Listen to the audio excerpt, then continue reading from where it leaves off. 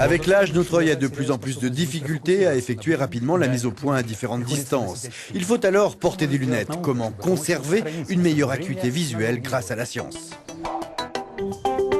La presbytie est un phénomène normal de vieillissement de l'œil dont les causes n'ont pas toutes encore été percées à jour. Avec l'âge, le cristallin, la lentille naturelle de l'œil, perd de son élasticité, se bombe insuffisamment et du coup a du mal à accommoder.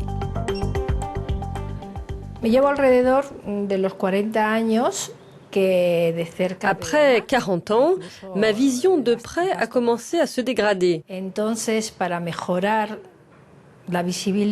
Comme je ne souhaitais pas porter de lunettes pour lire, j'ai décidé de me rendre à l'hôpital afin de trouver une solution alternative. La chirurgie ophtalmologique permet de remplacer le cristallin rigidifié par un implant artificiel tel qu'une lentille multifocale.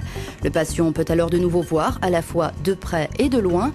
Ce type d'intervention est fréquent en cas de cataracte. Cela dit, les lentilles multifocales ne sont pas forcément la panacée. L'idéal serait de trouver une solution plus physiologique au problème de presbytie qui d'une certaine façon imiterait le comportement du cristallin humain. Les lentilles que nous implantons offrent certes une correction de la vision de près et de loin ainsi que de la vision intermédiaire mais ne stimulent pas le mécanisme d'accommodation.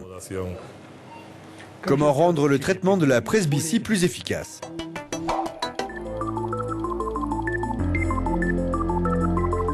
Dans le cadre d'un projet de recherche européen, des scientifiques planchent actuellement au développement d'instruments destinés à concevoir des implants plus organiques, autrement dit, capables de changer de forme naturellement et donc plus proches des propriétés intrinsèques du cristallin.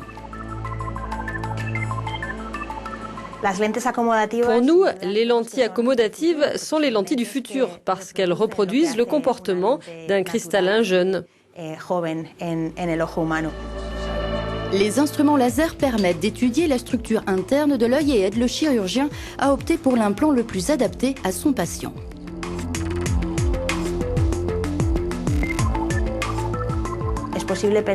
On peut même envisager des lentilles intraoculaires personnalisées, c'est-à-dire conçues spécialement pour chaque patient en fonction des données collectées via ces instruments.